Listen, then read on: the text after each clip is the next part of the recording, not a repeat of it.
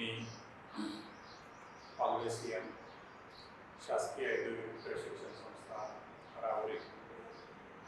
मागच्या लेक्चरला आपण ट्रान्सफॉर्मरवरती ट्रान्सफॉर्मरची डेफिनेशन, त्याचबरोबर working principle, advantages of transformer, transformer construction आणि त्याचबरोबर टाइप्स ऑफ ट्रान्सफॉर्मर याच्याबद्दल माहिती पाहिली होती.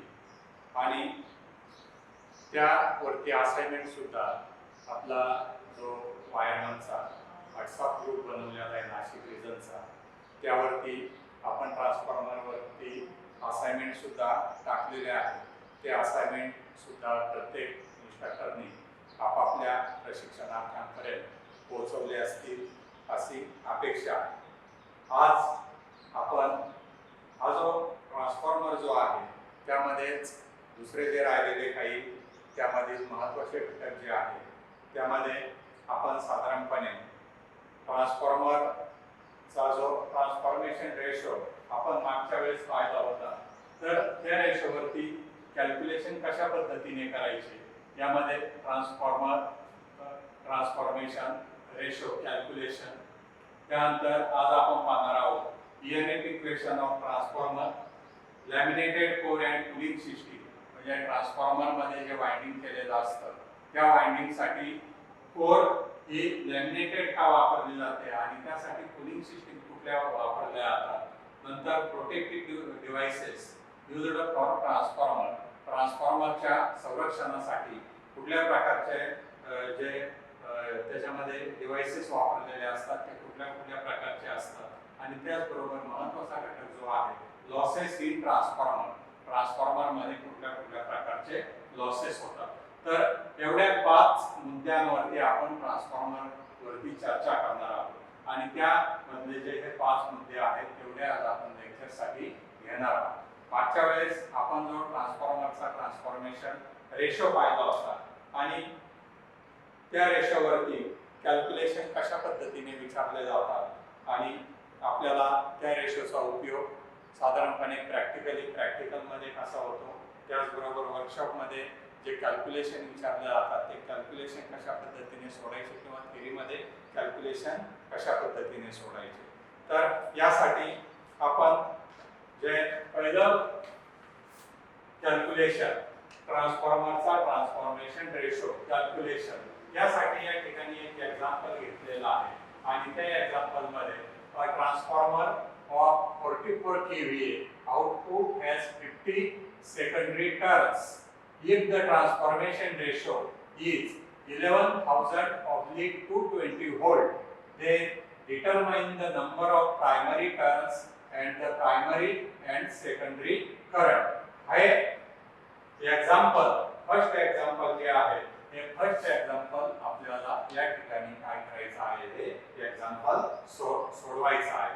कुठलाही असा ज्यावेळेस समरी टाइप किंवा लेखी टाइप एक्झाम्पल असतं हे एक्झाम्पल सोडवताना आपल्याला प्रथम त्या एक्झाम्पल मध्ये काय दिलेलं आहे हे प्रथम या ठिकाणी काय करावं लागतं, डिटरमाइन करावं लागतं. मग अशा पद्धतीचं एक्झाम्पल सोडवताना सोल्युशन आपल्याला या ठिकाणी गिवन या गणितामध्ये कुठल्या गोष्टी दिलेल्या आहेत.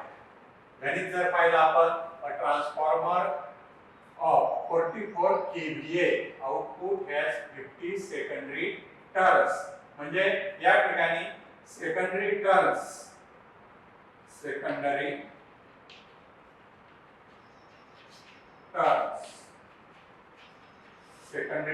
म्हणजे एसटी किती दिलेले आहेत त्या ठिकाणी 50 टर्न्स.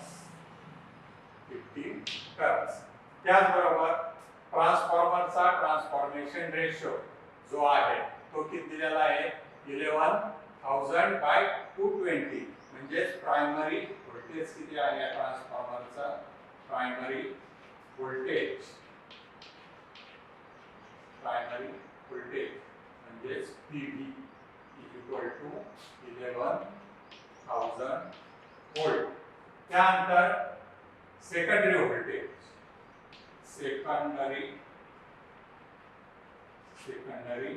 व्होल्टेज एस व्ही बरोबर 220 व्होल्ट. नंतर काय दिलेलं आहे या गणितामध्ये आपल्याला आणि काय काढायला सांगितलेलं आहे. या ठिकाणी सेकंडरी टर्न्स दिलेले आहेत 50 टर्न्स. प्रायमरी व्होल्टेज दिलेला आहे पीव्ही 11000 व्होल्ट. सेकंडरी व्होल्टेज एसव्ही दिलेला आहे 220 व्होल्ट. आणि फाइंड आउट काय करायचं आपल्याला या ठिकाणी फाइंड आउट काय काय विचारलेलं आहे गणितामध्ये. Determine the number of primary turns म्हणजे पीटी. पीटी किती आहेत प्रायमरी टर्न्स. त्यानंतर and the primary and secondary current म्हणजे प्रायमरी करंट किती आहे आणि सेकंडरी करंट किती आहे. ह्या तीन गोष्टी आपल्याला या ठिकाणी काय करायच्या त्याच्यामध्ये कॅल्क्युलेट करायचे.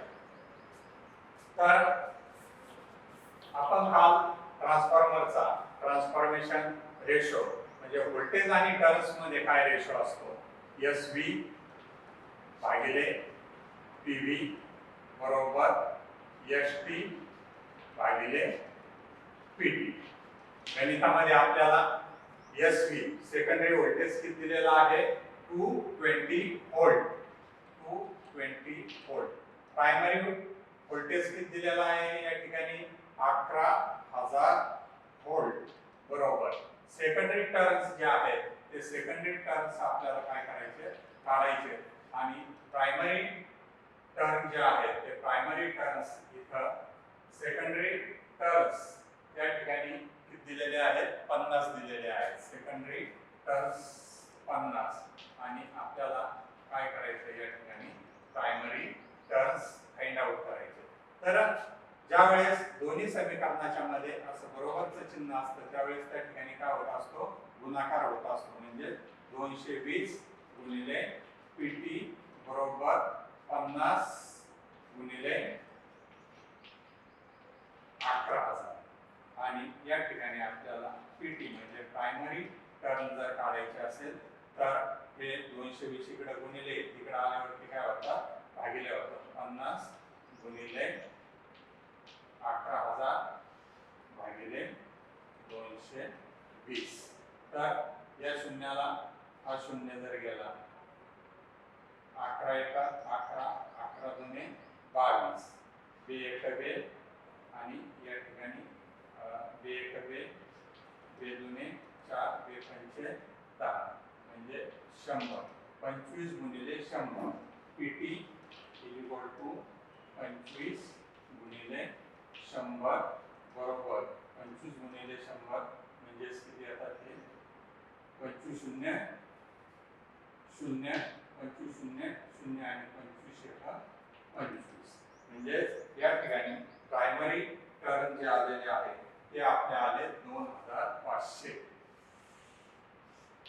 प्रायमरी टर्न्स बरोबर 2500 टर्न्स. अशा पद्धतीने प्रथम आपण काय केलंय प्रायमरी टर्न जे आहेत आपल्याला विचारलेले होतं गणितामध्ये प्रायमरी टर्न्स. आणि आता नंतर काय फाइंड आउट करायला सांगितलेलं आहे हे आपण फाइंड आउट केलं. त्यानंतर काय राहिलंय प्रायमरी करंट आणि सेकंडरी करंट. या ट्रान्सफॉर्मरचा कॅपॅसिटी किती दिलेली आहे आपल्याला 44 kVA. Capacity of transformer capacity of transformer is equal to 44 kVA. ही कशामध्ये दिलेली आहे kVA मध्ये दिलेली आहे. या kVA चं रूपांतर आपल्याला कशामध्ये करून घ्यावं लागेल व्होल्ट एम्पियर मध्ये करून घ्यावं लागेल. म्हणून 44 into 1000 हे कशामध्ये झालं आपलं व्होल्ट एम्पियर. आणि आपल्याला माहिती आहे कुठल्याही ट्रान्सफॉर्मरची ज्या वेळेस कॅपॅसिटी दिलेली असते त्यावेळेस त्या ट्रान्सफॉर्मरचं जर आपल्याला पॉवर जर काढायची असेल तर पॉवर इज इक्वल टू या ठिकाणी काय दिलेलं आहे प्रायमरी करंट आपल्याला काढायचं आहे P I primary current primary voltage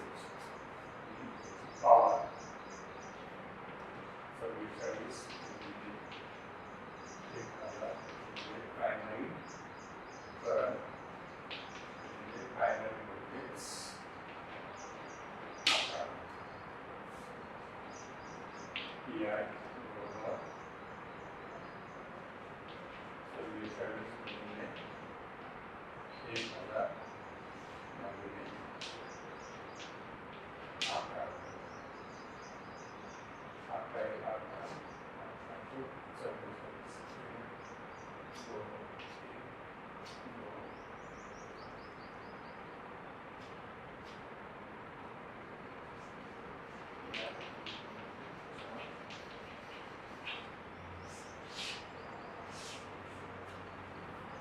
11 primary current आपला या ठिकाणी किती आलेला आहे 4 एंपियर आलेला आहे. त्यानंतर आपल्याला काय काढायचं आहे सेकंडरी करंट. सेकंडरी करंट काढण्यासाठी आपल्याला व्होल्टेज आणि करंटचा जो रेशो आहे SV अपॉन PV बरोबर PI upon SI. Secondary voltage आपल्याला 220 दिलेला आहे. प्रायमरी व्होल्टेज हे 18000 म्हणून दिलेला आहे आणि त्याचबरोबर त्या ठिकाणी प्रायमरी करंट जो काढलेला आहे आपण तो 4 एंपियर आहे आणि आपल्याला काय करायचं सेकंडरी करंट काढायचा आहे. मग सेकंडरी करंट काढायचा असेल सेकंडरी करंट गुणिले 220 बरोबर 18000 गुणिले 4 भागिले 220. त्या ठिकाणी काय शून्याला हा शून्य गेला 11 एक 11 11 दुने 22 हे एक बे बे दुने 4 आणि 100 गुणिले 2 100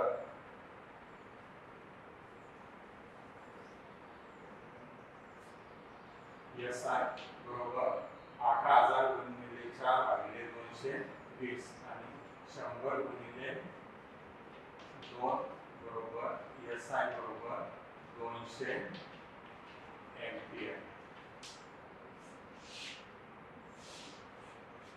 तर अशा पद्धतीने आपण गणितामध्ये जे आपल्याला विचारलेलं होतं का प्रायमरी टर्न्स त्यानंतर सेकंडरी टर्न्स आणि प्रायमरी करंट आणि सेकंडरी करंट आपण अशा पद्धतीने याच्यामध्ये या रेशोमध्ये हे फाइंड आउट केलेलं आहे. तर अशा पद्धतीने आपल्याला ट्रान्सफॉर्मर मध्ये कुठल्याही ज्या प्रायमरी व्होल्टेज असेल सेकंडरी व्होल्टेज असेल प्रायमरी करंट असेल सेकंडरी करंट असेल त्याचबरोबर सेकंडरी करंट आणि प्रायमरी करंट याच्यामध्ये कुठला रेशो वापरायचा आहे व्होल्टेज आणि करंटचा रेशो वापरायचा आहे का व्होल्टेज आणि करंटचा रेशो वापरायचा आहे हे गणितावरून आपल्याला त्या ठिकाणी शोधावं लागतं आणि अशा पद्धतीने ट्रान्सफॉर्मरचा ट्रान्सफॉर्मेशन रेशोवरती आपण कुठल्याही प्रकारचे कॅल्क्युलेशन करू शकतो. त्यानंतर दुसरा टॉपिक आहे आपला ट्रान्सफॉर्मर मधला EMF equation of transformer.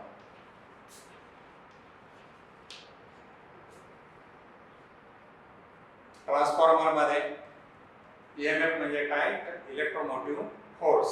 Transformer मध्ये जो EMF निर्माण होणारा EMF जो असतो तो त्या ट्रान्सफॉर्मरच्या प्रायमरी वाइंडिंगला दिलेलं व्होल्टेज आणि प्रायमरी वाइंडिंगचे असणारे टर्न्स त्याचबरोबर त्या कोरचा असणारं क्षेत्रफळ कारण दोन्ही वाइंडिंग जे असतात प्रायमरी वाइंडिंग आणि सेकंडरी वाइंडिंग त्या ट्रान्सफॉर्मरच्या कोरवरती वाइंडिंग केलेले असतात आणि त्यामुळे त्या ठिकाणी ट्रान्सफॉर्मरचा जे EMF जो असतो तो निर्माण होणारा EMF हा कशावरती अवलंबून असेल तर त्या ट्रान्सफॉर्मरच्या प्रायमरी वाइंडिंगला दिलेला व्होल्टेज असेल किंवा सेकंडरी वाइंडिंगला दिलेला व्होल्टेज असेल त्याचबरोबर आपला जो फॉर्म फॅक्टर असतो तो किती असतो AC मध्ये फॉर्म फॅक्टर हा 1.11 असतो आणि त्याचबरोबर त्या ट्रान्सफॉर्मर साठी जी कोर वापरलेली असते त्या कोरचा असणारा एरिया आणि त्याचबरोबर त्या ठिकाणी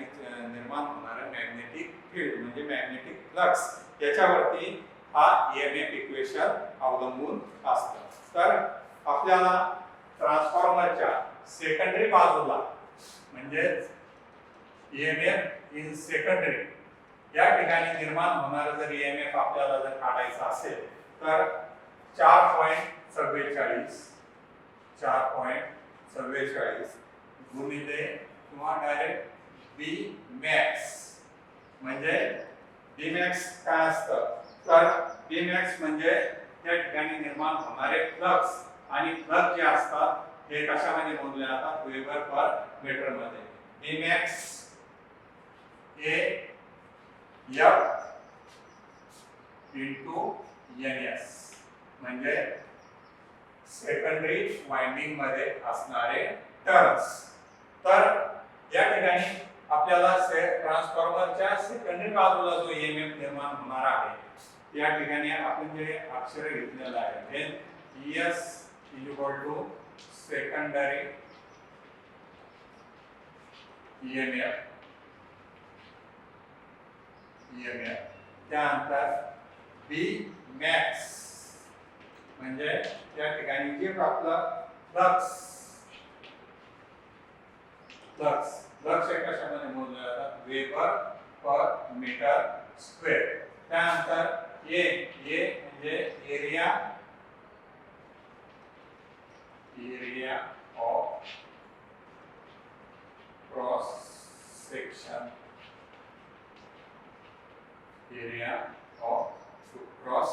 section of core.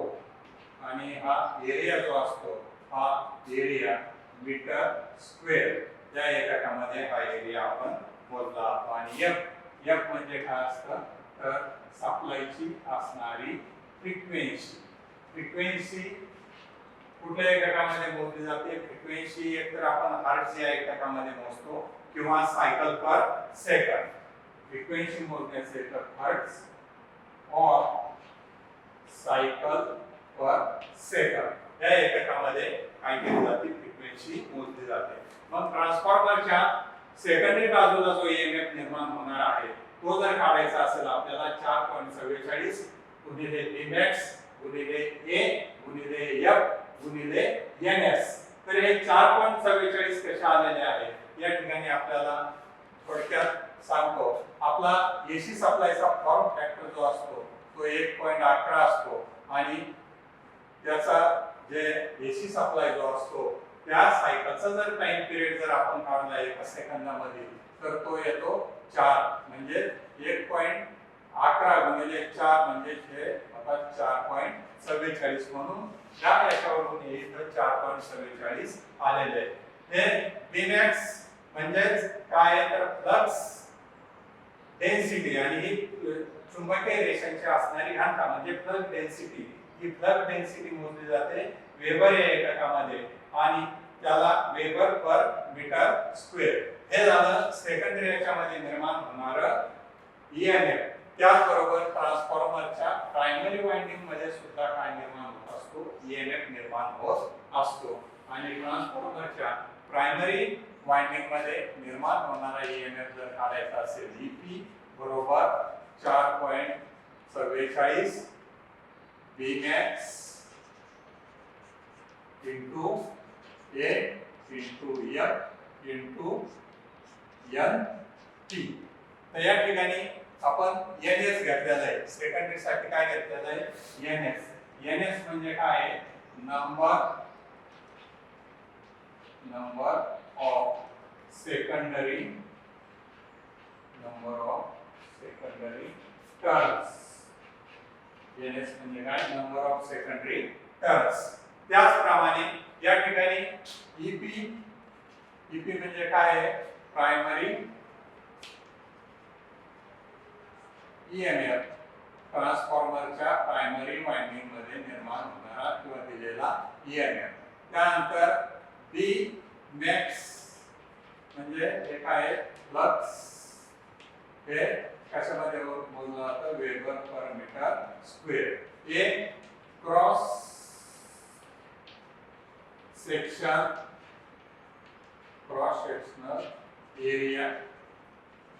Area of core आणि हा कशामध्ये मोजला जातो मीटर स्क्वेअर मध्ये.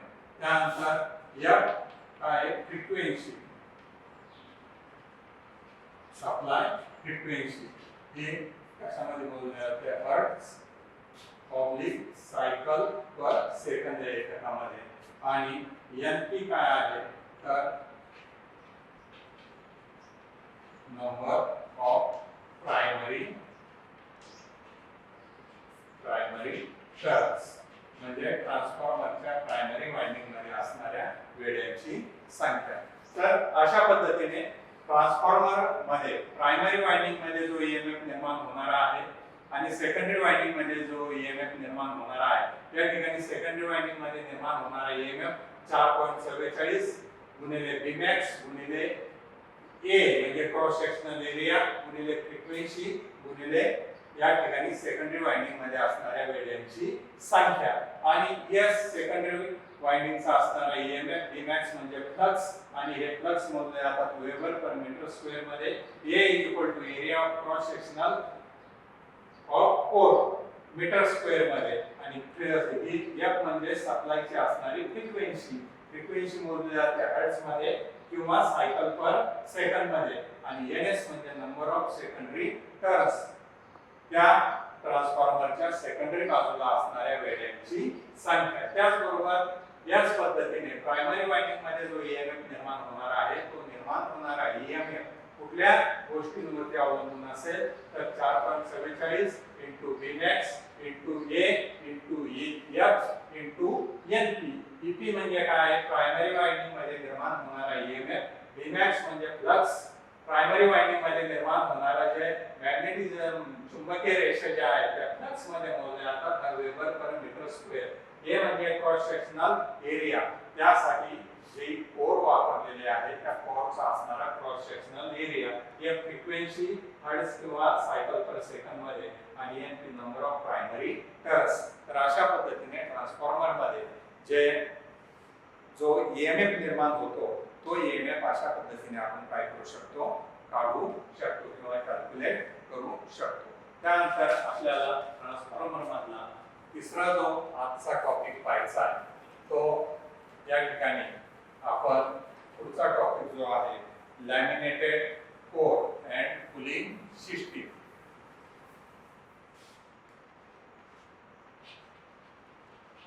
Laminated core and cooling system laminated core and cooling system। मागच्या पिरियडला आपण पाहिलं होतं ट्रान्सफॉर्मरची कोर जी असते ती ट्रान्सफॉर्मरची कोर ही सिलिकॉन स्टील या धातूपासून बनवलेली असते आणि सिलिकॉन स्टील हाच धातू त्या ठिकाणी का वापरलेला असतो तर सिलिकॉन स्टीलचा हिस्टेरिसिस कोएफिशियंट जो असतो तो अतिशय कमी असतो आणि दुसरा एक महत्त्वाचा घटक त्याच्यामध्ये असतो ज्यावेळेस या कोर मधून चुंबकीय रेषा वाहतात तेव्हा या चुंबकीय रेषांना विरोध कमीत कमी व्हायला पाहिजे त्यासाठी या सिलिकॉन स्टील मध्ये दुसरा एक गुणधर्म असतो त्याचा रिलक्टन्स म्हणजे चुंबकीय रेषांना विरोध करण्याचा गुणधर्म हा कमी असतो म्हणून त्या ठिकाणी कोर बनवण्यासाठी काय केलं जातं सिलिकॉन स्टील हा धातू त्या ठिकाणी वापरलेला असतो आणि त्याचबरोबर हे जे कोर असतात कोर वेगवेगळ्या शेप मध्ये बनवलेले असतात। मागच्या पिरियडला आपण पाहिलं होतं कोर ज्या असतात त्या L प्रकारच्या असतात I प्रकारच्या कोर त्या ठिकाणी बनवलेले असतात नंतर C प्रकारच्या कोर असतात U प्रकारच्या कोर त्या ठिकाणी वापरलेले असतात नंतर अशा H प्रकारची कोर त्या ठिकाणी वापरलेले असते। ह्या ज्या कोर ज्या असतात कोर बनवण्यासाठी सिलिकॉन स्टील हा धातू या ठिकाणी वापरलेला असतो आणि हे जे सिलिकॉन स्टील जे असतं त्या मधून पातळ स्टॅम्पिंग करून त्या स्टॅम्पिंग असे या पद्धतीने एकमेकावरती दोन जरी याला आपण जोडले तर अशा कोर या ठिकाणी काय केल्या जातात तयार केल्या जातात। तर या ठिकाणी कोर जे असतात ते कोर अखंड न ठेवता स्टॅम्पिंग पासून का बनवलेले असतात तर या ठिकाणी कोर जर आपण अखंड ठेवला तर त्यामध्ये जो एडी करंट निर्माण होणार आहे आपल्याला आपण इलेक्ट्रोमॅग्नेटिझम मध्ये एडी करंट त्याचबरोबर हिस्टेरिसिस लॉस काय असतो हा पाहिलेला आहे त्यामुळं हा एडी करंट कमी करण्यासाठी आपल्याला या ठिकाणी कोर जी असते ती कोर ही लॅमिनेट पद्धतीने बनवावी लागते आणि त्यावरती लॅमिनेट करण्यासाठी मध्ये इन्सुलेशन म्हणून वार्निशचा त्या ठिकाणी वापर केलेला असतो आणि त्यामुळे हा एडी करंट जो असतो तो एडी करंट लॉसेस या कोरमध्ये कमी होण्यास आपल्याला मदत होत असते. त्यानंतर कूलिंग सिस्टीमसाठी काय केलेलं असतं ट्रान्सफॉर्मर मध्ये, तर कूलिंग सिस्टम या आपल्याला माहिती आहे कुठल्याही इलेक्ट्रिक इक्विपमेंट किंवा उपकरण किंवा मशीन जे असते किंवा इलेक्ट्रिक वायर मधून सुद्धा ज्यावेळेस विद्युत प्रवाह वाहतो त्यामध्ये जूलच्या नियमाप्रमाणे कुठल्याही याच्यामध्ये काय निर्माण होत असते, उष्णता निर्माण होत असते. जूलने एक नियम सांगितलेला आहे, तर त्यामध्ये निर्माण होणारी उष्णता ही I² R च्या प्रमाणामध्ये असते. म्हणजेच कुठल्याही वायर असेल, कंडक्टर असेल किंवा वाइंडिंग वायर जे आपण या कोरसाठी किंवा ट्रान्सफॉर्मर मध्ये वापरणार आहोत त्यामध्ये यामुळे काय होणार आहे, उष्णता निर्माण होणार आहे. वाइंडिंग मध्ये उष्णता निर्माण झाल्यानंतर ती उष्णता कोरला मिळणार आहे. कोर गरम झाल्यानंतर पुन्हा वाइंडिंगचं टेम्परेचर वाढत आणि टेम्परेचर जर वाढलं तर काय वाढतात, त्याच्यामध्ये लॉसेस वाढत असतात. म्हणून हे लॉसेस कमी करण्यासाठी त्या ट्रान्सफॉर्मरचं महत्त्वाची कोर वाइंडिंग हे थंड ठेवणं आवश्यक असतं आणि म्हणून यामध्ये जर आपण उष्णता कमी ठेवली त्यामध्ये होणारे लॉसेस कमी होतील आणि लॉसेस जर कमी झाले तर त्या ठिकाणी ट्रान्सफॉर्मरची कार्यक्षमता जी असते ती कार्यक्षमता त्या ठिकाणी आपल्याला वाढवता येईल. म्हणून या ठिकाणी ज्या कूलिंगच्या पद्धती ज्या वापरल्या जातात त्यामध्ये पहिला आहे एअर कूलिंग. एअर कूलिंग साधारणपणे 20 kVA पर्यंतचे जे छोटे ट्रान्सफॉर्मर असतात त्या छोट्या ट्रान्सफॉर्मर वरती कारण त्या लोड जास्त नसतो, त्याच्यामध्ये करंट कमी असतो, व्होल्टेज कमी असतं, त्याच्यामुळं त्याची वाइंडिंग आणि कोर ही कमी प्रमाणामध्ये गरम होते आणि जेव्हा कमी प्रमाणामध्ये उष्णता निर्माण होईल त्यावेळेस ती निर्माण होणारी उष्णता वातावरणामधील जी हवा असते त्या हवेच्या साहाय्याने तो ट्रान्सफॉर्मर काय होत असतो, थंड होत असतो. म्हणून अशा छोट्या ट्रान्सफॉर्मर साठी कूलिंग साठी कुठली पद्धत वापरली जाते, एअर कूलिंग सिस्टीम वापरली जाते. त्यानंतर सेकंड जो आहे पद्धत जी वापरली जाते ती ऑइल कूलिंग. ऑइल कूलिंग ही ऑइल कूलिंग पद्धत जी आहे ती अबाउट 20 kVA to 500 kVA म्हणजे साधारणपणे 20 kVA च्या पुढचे ट्रान्सफॉर्मर आणि 500 kVA पर्यंतचे जे ट्रान्सफॉर्मर असतात त्या ट्रान्सफॉर्मरची कोर आणि वाइंडिंग ही ट्रान्सफॉर्मर ऑइल मध्ये ठेवलेली असते आणि हे जे ट्रान्सफॉर्मर ऑइल जे असतं, ट्रान्सफॉर्मर ऑइल हे कशाचं कार्य करतं, तर त्या वाइंडिंगला थंड ठेवण्याचं आणि त्याचबरोबर या ऑइलमुळे त्या याचं कोर आणि त्याचबरोबर वाइंडिंग जे असते त्याचं इन्सुलेशन वाढवण्याचं काम हे ट्रान्सफॉर्मर ऑइल करत असतं. त्या ट्रान्सफॉर्मर ऑइलला दुसरं नाव आहे मिनरल ऑइल. ट्रान्सफॉर्मर ऑइल म्हणजे काय, मिनरल ऑइल. जसं व्हेकल मध्ये उष्णता कमी करण्यासाठी किंवा घर्षणाचं प्रमाण कमी करण्यासाठी वेगवेगळ्या प्रकारचे ऑइल वापरलेले असतात, परंतु ते ऑइल वेगळे असतात आणि ट्रान्सफॉर्मर मध्ये वापरलं जाणारं जे ऑइल असतं ते मिनरल ऑइल असतं. या ऑइलची डायइलेक्ट्रिक स्ट्रेंथ म्हणजे व्होल्टेज सहन करण्याची क्षमता जी असते ती सुद्धा कशी असते, जास्त असते. या ऑइलचा काय गुणधर्म आहे, डायइलेक्ट्रिक स्ट्रेंथ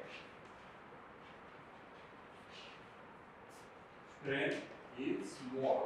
म्हणजे हे ट्रान्सफॉर्मर ऑइल जे असतं याचे जे प्रवाहाला विरोध करण्याचे किंवा लिकेज प्रवाह वगैरे याच्यामधून होत नाही, याचा विरोध जो असतो तो कसा असतो, जास्त असतो आणि म्हणून त्या 20 kVA पेक्षा जास्त क्षमतेचे आणि 500 केव्हीए पर्यंतचे जे ट्रान्सफॉर्मर असतात ते ट्रान्सफॉर्मर थंड ठेवण्यासाठी ऑइल कुलिंग ही सिस्टीम त्या ठिकाणी वापरलेली असते. आणि तिसरा जो प्रकार आहे या ठिकाणी air blast cooling. Air blast cooling ही एअर ब्लास्ट कुलिंग जी आहे ही वापरली जाते अबाव 500 केव्ही चे जे ट्रान्सफॉर्मर असतात त्यांच्यासाठी.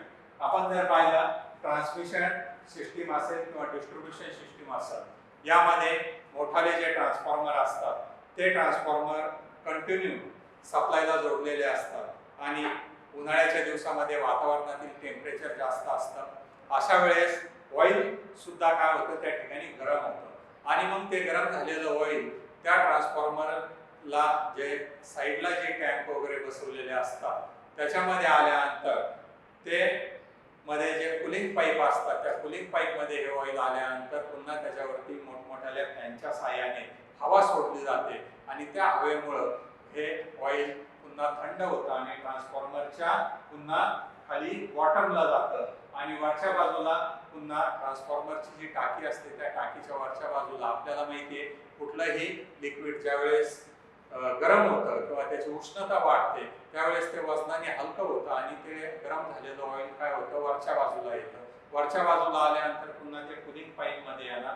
कुलिंग पाईप मध्ये आल्यानंतर फॅन मधील हवेच्या साहाय्याने ते ऑइल थंड होणार आणि पुन्हा ते ऑइल ट्रान्सफॉर्मर मध्ये जाणार. म्हणजे हे सर्क्युलेशन जे असतं ते सर्क्युलेशन कंटिन्यू चालू असतं आणि त्यामुळं या पद्धतीमध्ये ऑइल आणि त्याचबरोबर फॅनच्या साहाय्याने सोडलेली हवा यामुळे त्या ट्रान्सफॉर्मर मध्ये ऑइल थंड होतं आणि ऑइल थंड झाल्यामुळं कोर थंड होतात, वाइंडिंग थंड होते आणि त्यामुळे त्या ठिकाणी होणारे लॉसेस जे असतात ते लॉसेस कमी होतात. आणि यामध्ये कुलिंगचा पुन्हा चौथा प्रकार आहे वॉटर कुलिंग.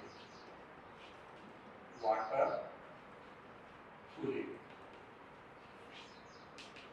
तर ही वॉटर कुलिंग पद्धत पुढे वापरली जाते ट्रान्समिशन सिस्टीम मध्ये. जे पॉवर ट्रान्सफॉर्मर असतात त्या ठिकाणी ऑइलचा साहाय्याने ते ट्रान्सफॉर्मर थंड ठेवण्याचा प्रयत्न केला जातो परंतु ते थंड राहत नाही. हवा जरी सोडली तरी वातावरणामध्ये सुद्धा अतिशय प्रमाणामध्ये उन्हाळ्याच्या दिवसामध्ये जास्त टेम्परेचर असतं आणि मग काय केलं जातं तर ट्रान्सफॉर्मर च्या टँक मध्ये जे गरम झालेलं ऑइल असतं ते एका पाईपच्या साहाय्याने जे पाण्याची टाकी असते त्या पाण्याच्या टाकीमधून हे पाईप फिरवलेले असतात आणि मग काय होतं पाण्याच्या टाकीमध्ये पाईपच्या साहाय्याने हे ऑइल आल्यानंतर ते याच्यामध्ये त्या ट्यूब मध्ये किंवा पाईप मध्ये असणाऱ्या ऑइल मध्ये जी उष्णता असते ती उष्णता काय करतं पाणी ऍब्सॉर्ब करतं आणि पुन्हा हे थंड झालेलं ऑइल ट्रान्सफॉर्मर मध्ये जातं. अशा पद्धतीने ट्रान्सफॉर्मर थंड ठेवण्यासाठी या 4 पद्धती वापरल्या जातात. Air cooling system, oil cooling system, air blast cooling आणि वॉटर कुलिंग या 4 पद्धतीच्या सहाय्याने ट्रान्सफॉर्मर थंड ठेवण्याचा प्रयत्न केला जातो. आणि ट्रान्सफॉर्मर थंड ठेवणं हे का नेसेसरी आहे सर्वात महत्त्वाचं हे एवढं कशासाठी करायचं आहे तर ज्या वेळेस त्या ठिकाणी होणारे उष्णता कमी होईल निर्माण होणारी जर उष्णता कमी झाली तर त्या ठिकाणी वाइंडिंग चांगलं काम करेल, त्या ठिकाणी त्यामध्ये होणारे लॉसेस कमी होतील आणि ऑटोमॅटिकच त्यामुळं जी इफिशियन्सी कार्यक्षमता जी असते ती कार्यक्षमता या ठिकाणी ट्रान्सफॉर्मरची वाढते. तर अशा पद्धतीने ट्रान्सफॉर्मर थंड ठेवण्यासाठी आणि ट्रान्सफॉर्मर थंड ठेवण्यासाठी ह्या 4 पद्धतीचा वापर केला जातो. त्यानंतर पुढचा जो आपला टॉपिक आहे ट्रान्सफॉर्मर जे असतं हे कंटिन्यू अहोरात्र आणि 24 तास सप्लायला कंटिन्यू जोडलेला असतो. त्यामुळं कधी व्होल्टेज कमी होतं, कधी व्होल्टेज जास्त होतं, तर कधी त्यामध्ये काही जर प्रॉब्लेम आला ट्रान्सफॉर्मर मध्ये शॉर्ट सर्किट झालं, ऑइल प्रमाणापेक्षा जास्त गरम झालं, ऑटोमॅटिक त्यामध्ये आपल्याला त्याची सेफ्टी सुरक्षितता पाहावी लागेल आणि यासाठी त्या ट्रान्सफॉर्मर मध्ये प्रोटेक्टिव्ह डिव्हाइसेस वापरलेले असतात. Protective protective devices use the transformer. Protective devices using the transformer. तर यामध्ये पहिला जे प्रोटेक्टिव्ह डिव्हाइस वापरलेलं असतं ते over current and earth fault protection.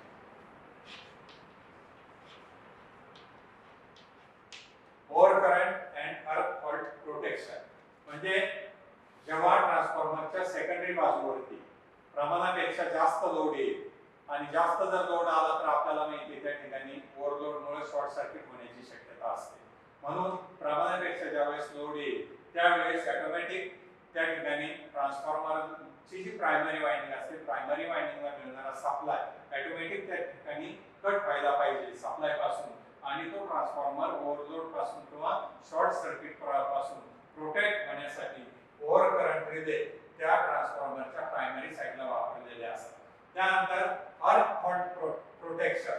अर्थ फॉल्ट प्रोटेक्शन म्हणजे ट्रान्सफॉर्मर मध्ये जर काही शॉर्ट सर्किट झालं किंवा ट्रान्सफॉर्मरच्या सेकंडरी बाजूला काही जे डिस्ट्रीब्युशन लाईन असेल किंवा ट्रान्समिशन लाईन असेल त्या लाईन वरती काही शॉर्ट सर्किट झालं दोन कंडक्टर एकत्र आले किंवा आपण पाहतो नेहमी जेव्हा एखादा पक्षी या ट्रान्समिशन लाईन वरती किंवा डिस्ट्रीब्युशन लाईन वरती बसतो आणि त्याचे दोन पंख ज्यावेळेस दोन कंडक्टरला स्पर्श करतात त्यावेळेस ऑटोमॅटिक तो ट्रान्सफॉर्मर सप्लाय पासून अलग होतो आणि त्या ठिकाणी तोच ते ट्रान्सफॉर्मर जो असतो त्या ठिकाणी बंद होतो.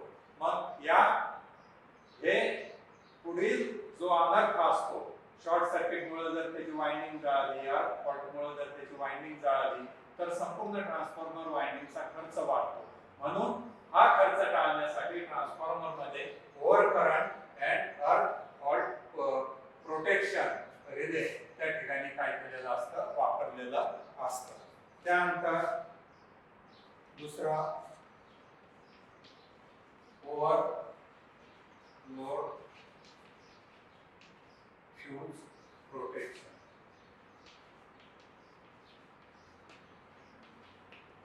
साधारणपणे डिस्ट्रीब्युशन सिस्टीम मध्ये ज्या ठिकाणी 11 केव्हीचं रूपांतर 440 व्होल्ट मध्ये केलं आहे.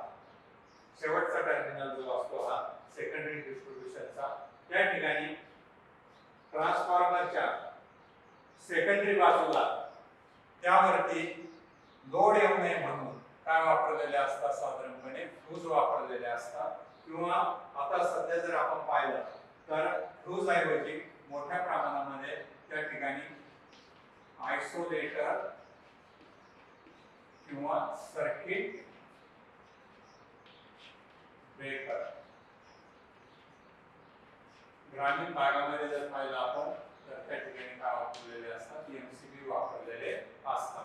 फ्यूज पूर्वी जास्त प्रमाणामध्ये या फ्यूजचा वापर केला जायचा परंतु आता वेगवेगळ्या प्रकारचे आयसोलेटर आलेले आहेत सर्किट ब्रेकर आलेले आहेत वेगवेगळ्या प्रकारचे एमसीबी आलेले आहेत. त्यामुळं सेकंडरी बाजूला ज्या बाजूला लोड जोडलेला आहे तिथं या प्रोटेक्शन साठी fuse isolator circuit breaker MCB याचा वापर केलेला असतो. आणि तिसरा जो महत्त्वाचा घटक आहे ट्रान्सफॉर्मरला कनेक्ट असतो तर बुकॉल्स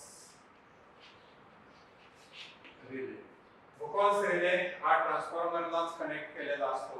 ज्यावेळी ट्रान्सफॉर्मर वरती प्रमाणापेक्षा जास्त लोड येईल किंवा ट्रान्सफॉर्मर मध्ये निर्माण होणारी उष्णता ही किंवा ट्रान्सफॉर्मर मध्ये काही शॉर्ट सर्किट झालं शॉर्ट सर्किट झाल्यानंतर त्यामध्ये असणारं ऑइल जे आहे ते ऑइल प्रमाणापेक्षा जास्त गरम होईल. ऑइल गरम झाल्यानंतर तो ट्रान्सफॉर्मर जो असतो तो ट्रान्सफॉर्मरची टँक बस्ट होण्याची शक्यता असते. हा धोका टाळण्यासाठी ट्रान्सफॉर्मरला जो बुकॉल्स रिले वापरलेला असतो त्या रिलेमध्ये एक स्विच असतं आणि त्या स्विचच्या मार्फत ट्रान्सफॉर्मरला जो प्रायमरी सप्लाय येणार आहे तो सप्लाय ऑटोमॅटिक अशा वेळेस काय त्या ठिकाणी कट करण्याचा प्रयत्न केला जातो आणि म्हणून हे बुकॉल्स रिले त्या ट्रान्सफॉर्मरमध्ये वापरणं आवश्यक आहे आणि हे एक सेफ्टी डिव्हाइस आहे ट्रान्सफॉर्मरचा. त्यानंतर चौथा घटक जो आहे तो ब्रीदर. तर ज्याप्रमाणे बुकॉल्स रिले ट्रान्सफॉर्मरच्या टँकला कनेक्ट असतो त्याचप्रमाणे हा ब्रीदर सुद्धा ट्रान्सफॉर्मरच्या टँकला कनेक्ट असतो. ब्रीदर मध्ये जसा आपला श्वासोश्वास आपल्याला जगण्यासाठी श्वासोश्वासाची आवश्यकता असते त्याचप्रमाणे ट्रान्सफॉर्मरचा श्वासोश्वास जो असतो तो या ब्रीदरच्या मार्फत चालतो. ब्रीदरचा अर्थ जर आपण पाहिलं, ब्रीदर म्हणजे टू ब्रीथ, श्वासोश्वास घेणे.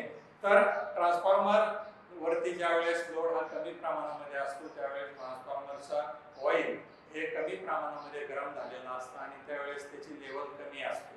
ट्रान्सफॉर्मर वरती ज्यावेळेस लोड वाढतो त्यावेळेस ते ऑइल एक्सपान्शन पावतं आणि त्याची लेवल वाढते. मग त्या ट्रान्सफॉर्मरच्या टाकीमध्ये जी निर्माण होणारी हवेची जी पोकळी असते ती भरून काढण्यासाठी तो काय करणार आहे, बाहेरून हवा आतमध्ये घेतली जाईल. तर वातावरणातील हवा जी असते ते वातावरणातील हवेमध्ये काय असते, आर्द्रता असते आणि ही अशीच आर्द्रता जर त्या टँकमध्ये गेली, ऑइलमध्ये जर गेली तर त्या ऑइलची डायइलेक्ट्रिक स्ट्रेंथ जी असते ती ऑइलची डायइलेक्ट्रिक स्ट्रेंथ कमी होईल. म्हणून त्या ट्रान्सफॉर्मरला वातावरणातील हवा जी असते ती कशी जायला पाहिजे, कोरडी आणि साफ होऊन जायला पाहिजे.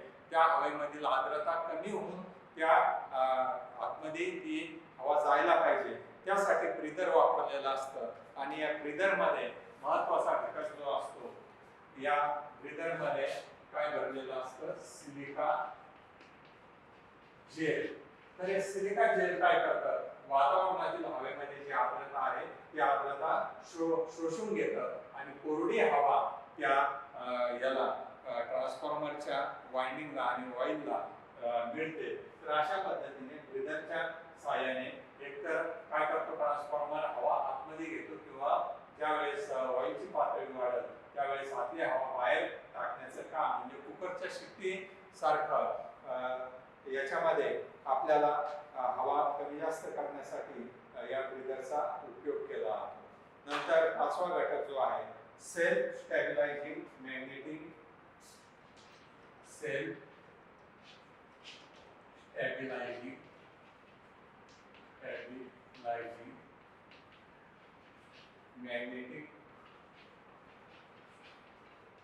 magnetic balance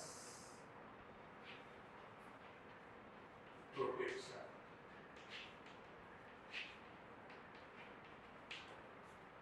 जसं आपण वेगवेगळ्या उपकरणाला स्टॅबिलायझर वापरतो, आपल्याला माहिती आहे सप्लायचं व्होल्टेज हे कधी कमी होतं कधी जास्त होतं आणि त्यामुळं एखादं उपकरण खराब होण्याची शक्यता असते. तर काही ठिकाणी या जे प्रायमरीचं जे व्होल्टेज आहे ते प्रायमरीचं व्होल्टेज कॉन्स्टंट राहण्यासाठी त्या ठिकाणी स्टॅबिलायझरचा उपयोग केलेला असतो आणि स्टॅबिलायझर म्हणून त्या ठिकाणी वेगळ्या प्रकारचा पुन्हा एखादा ट्रान्सफॉर्मर वापरून ते स्टॅबिलायझर म्हणजे व्होल्टेज कॉन्स्टंट ठेवण्याचा प्रयत्न केला जातो. तर अशा पद्धतीने ट्रान्सफॉर्मरच्या प्रोटेक्शनसाठी over current and earth fault protection, overload fuse protection, त्यानंतर बुकॉल्स रिले, ब्रीदर आणि self stabilising magnetic balance protection एवढ्या पद्धती त्याच्या प्रोटेक्शनसाठी वापरलेल्या असतात.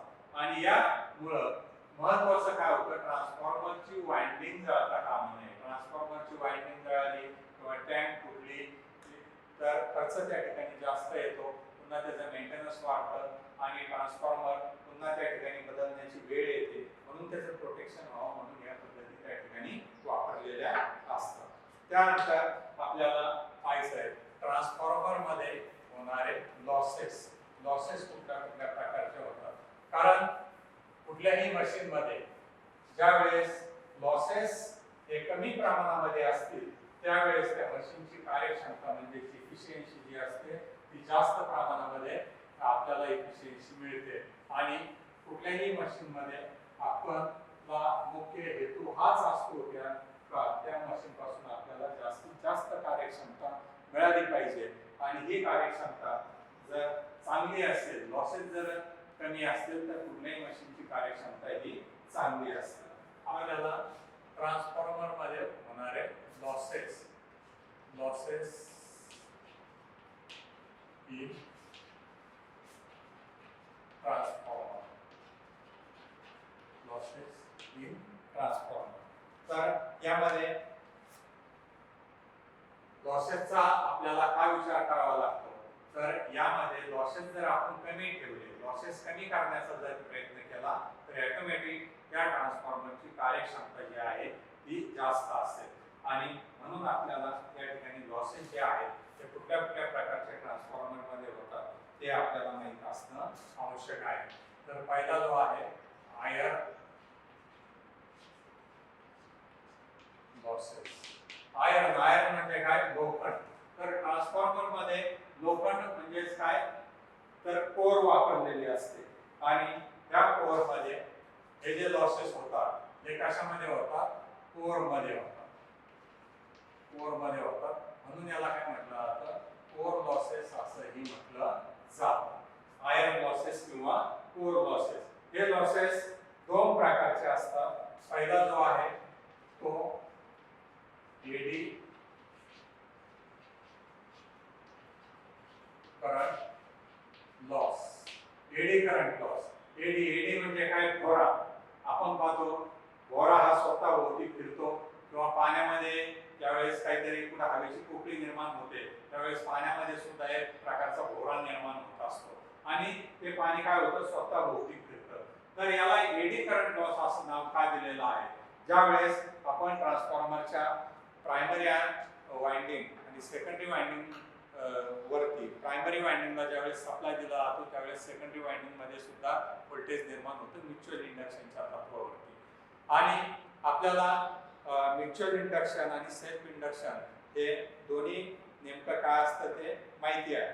तर एखाद्या कोरवरती किंवा लोखंडावरती ज्यावेळेस आपण वाइंडिंग करतो आणि त्याला सप्लाय दिला जातो तेव्हा त्या वाइंडिंग मध्ये निर्माण होणारे जे चुंबकीय क्षेत्र आहे तेव्हा ते काय करतं, त्या कोरला छेदतं आणि कोरला छेदल्यामुळं त्या कोरमध्ये एक प्रकारचं व्होल्टेज आणि करंट निर्माण होतो.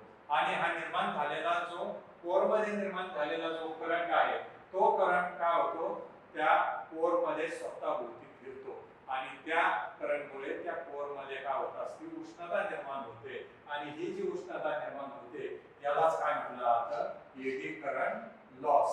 तर याच्यामुळे काय निर्माण होत असतं, हीट निर्माण होते आणि ही हीट कमी करण्यासाठी आपण ते ट्रान्सफॉर्मरची कोर आणि वाइंडिंग काय केलेली असते, ऑइल मध्ये भरून ठेवलेली असते. तर हा एडी करंट लॉस कमी करण्यासाठी ट्रान्सफॉर्मरची कोर जी असते ती अखंड न बनवता सिलिकॉन स्टीलच्या स्टॅम्पिंग पासून एकमेकाला इन्सुलेशन करून ही कोर काय केलेली असते, बनवलेली असते. आणि दुसरा जो लॉस आहे या आयर्न लॉस मध्ये तो हिस्टेरेसिस लॉस. हा हिस्टेरेसिस लॉस कमी करण्यासाठी यासाठी आपण विशिष्ट पद्धतीचं कोरसाठी मेटल वापरलेलं आहे आणि ते काय आहे, सिलिकॉन स्टील.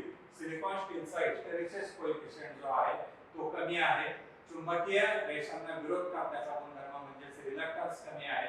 त्यामुळे हे हिस्टेरेसिस लॉस ऑटोमॅटिक त्या ट्रान्सफॉर्मर मध्ये कमी होत असतो. आणि हा हिस्टेरेसिस लॉस जो आहे हा हिस्टेरेसिस लॉस साधारणपणे 1% to 3% पर्यंत असतो. एकूण लॉसेसच्या 1 ते 3% लॉसेस हा हिस्टेरेसिस लॉस असतो. आणि निर्माण होणारा एडी करंट लॉस जो आहे हा एडी करंट लॉस कशावरती अवलंबून असतो, V max 1 to 6 म्हणजे मॅग्नेटिक फ्लक्स जेवढे जास्त त्या ठिकाणी निर्माण होतील तेवढा हा लॉस जास्त होणार आहे. परंतु हा लॉस होऊ नये म्हणून आपण त्याचे कोर जे असते ती कोर काय केलेली असते, त्या ठिकाणी लॅमिनेट केलेली असते.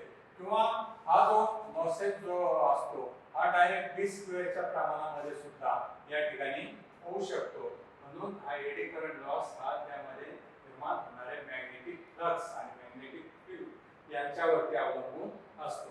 तर हे झाले आयर्न लॉसेस. आयर्न लॉसेस मध्ये दोन प्रकारचे लॉसेस असतात, करंट एडी करंट लॉस आणि दुसरा हिस्टेरेसिस लॉस.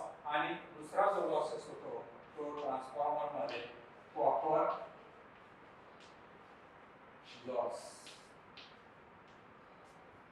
त्याला कॉपर लॉस असं का म्हटलेलं आहे तर ट्रान्सफॉर्मरची प्रायमरी वाइंडिंग आणि सेकंडरी वाइंडिंग जी असते ती कॉपर पासून केलेली असते आणि हे लॉसेस ट्रान्सफॉर्मरच्या या वाइंडिंग मध्ये होतात म्हणून याला काय म्हटलं जातं कॉपर लॉस असं म्हटलं जातं.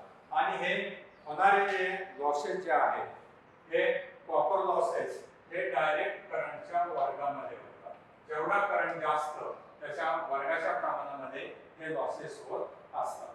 तर यामध्ये जे आपण पाहिलं तर ट्रान्सफॉर्मर वरती दिवसा लोड कमी असतो, रात्रीच्या वेळेस लोड जास्त असतो आणि त्यामुळं दिवसा करंटही कमी असेल आणि रात्रीच्या वेळेस करंट जास्त असेल. दिवसा हे कॉपर लॉसेस हे कमी होतात, रात्रीच्या वेळेस ज्यावेळेस लोड जास्त असेल त्यावेळेस हे कॉपर लॉसेस काय होत असतात जास्त होत असतात. आणि हे जे कॉपर लॉसेस जे आहेत ते कॉपर लॉस जर आपल्याला काढायचा असेल कॉपर लॉस बरोबर I स्क्वेअर इंटू त्या याचा असणारा वाइंडिंगचा असणारा रेजिस्टन्स. त्याचबरोबर हे लॉसेस प्रायमरी वाइंडिंग मध्ये सुद्धा होतात आणि सेकंडरी वाइंडिंग मध्ये सुद्धा होतात. प्रायमरी वाइंडिंग मधील आपल्याला कॉपर लॉस जर काढायचा असेल प्रायमरी वाइंडिंग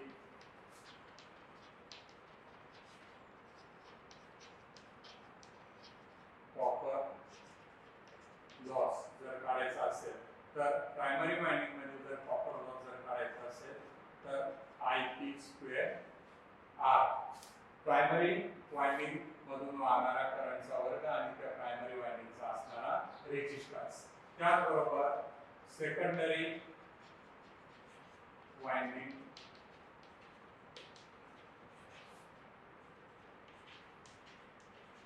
कॉपर लॉस जर आपल्याला जर काढायचा असेल IS स्क्वेअर R आणि टोटल लॉसेस जे आहे total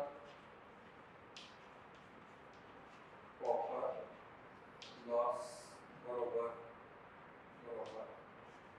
IP square R P म्हणजे प्रायमरी वाइंडिंगचा असणारा रेजिस्टन्स अधिक I square S R S. हे दोन्ही लॉस जर आपण एकत्र केले तर या कॉपर मध्ये कॉपर लॉसेस जे आहेत ते कॉपर लॉसेस आपल्याला या ठिकाणी काय करता येतील फाइंड करता येतील. अशा पद्धतीने ट्रान्सफॉर्मर मध्ये होणारे लॉसेस आहेत ते लॉसेस आपण या ठिकाणी पाहिलेले आहेत. ट्रान्सफॉर्मर मध्ये मुख्यत्वे आयर्न लॉस हे दोन प्रकारचे आहेत, एडी करंट लॉस आणि हिस्टेरिसिस लॉस. आणि कॉपर लॉसेस मध्ये जे आहे प्रायमरी वाइंडिंग मध्ये सुद्धा लॉसेस होतात आणि सेकंडरी वाइंडिंग मध्ये सुद्धा लॉसेस होतात. बाकी दुसरे लॉसेस नाहीये ट्रान्सफॉर्मर मध्ये. ट्रान्सफॉर्मर मध्ये दोनच प्रकारचे लॉसेस आहेत. ट्रान्सफॉर्मर मध्ये फ्रिक्शन घर्षण लॉस वगैरे नाहीये. त्यामुळे लॉसेसचा जर विचार करायचा असेल ट्रान्सफॉर्मरचा तर आयर्न लॉस आणि कॉपर लॉस हे दोन प्रकारचे लॉसेस होतात. तर अशा पद्धतीने आपण आज ट्रान्सफॉर्मर मध्ये साधारणपणे त्या ट्रान्सफॉर्मरचे लॉसेस कशा पद्धतीने फाइंड आउट करायचे हे आज आपण पाहिलेलं आहे. आणि त्याचबरोबर आपण आजच्या लेसनमध्ये ट्रान्सफॉर्मरचा ट्रान्सफॉर्मेशन रेशो कशा पद्धतीने कॅल्क्युलेशन करायचं, EMF इक्वेशन ऑफ ट्रान्सफॉर्मर कशा पद्धतीने काढायचं, लॅमिनेटेड कोर आणि कूलिंग सिस्टीम ट्रान्सफॉर्मरची पाहिलेली आहे. आणि ट्रान्सफॉर्मरसाठी जे प्रोटेक्टिव्ह डिव्हाइसेस वापरलेले असतात ते पाहिलेले आहे. आणि ट्रान्सफॉर्मरमध्ये होणारे लॉसेस. तर पुढच्या पिरियडला आपण हे ट्रान्सफॉर्मरमध्ये आयर्न लॉसेस कशा पद्धतीने फाइंड आउट करायचे आणि कॉपर लॉसेस कशा पद्धतीने फाइंड आउट करायचे हे पुढच्या पिरियडला पाहू.